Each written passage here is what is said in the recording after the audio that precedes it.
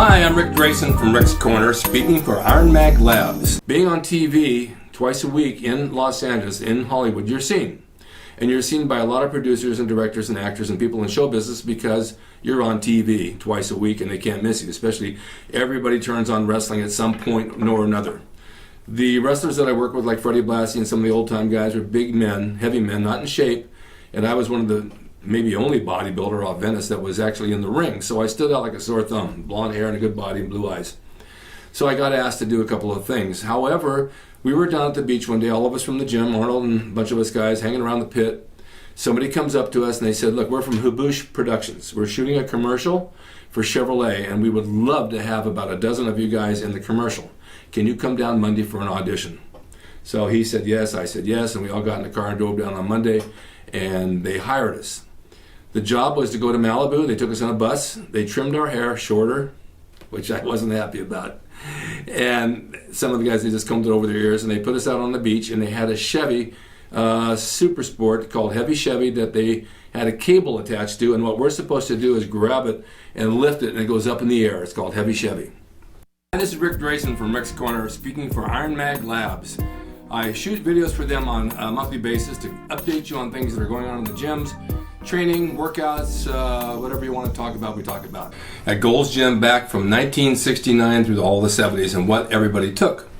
Basically, it was Dianabol, Primobolan, testosterone, Deca, Winstrol, and Anavar. Those were the main ones. There wasn't anything outside of that.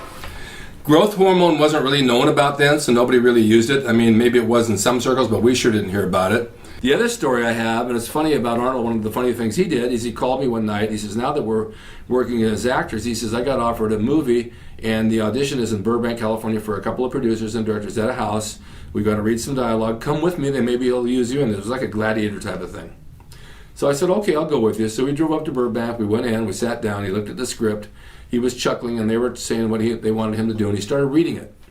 And he was stumbling over the words, and it wasn't coming out right with his accent, and he was laughing, and they were looking at him like, boy, he's having a tough time with this dialogue.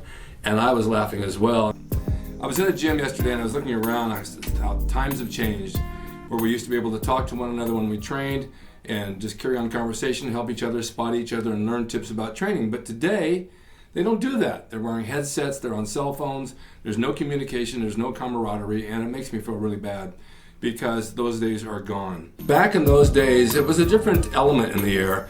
It wasn't crowded gyms like it was today, and people were more acceptable of meeting each other and having fun and talking.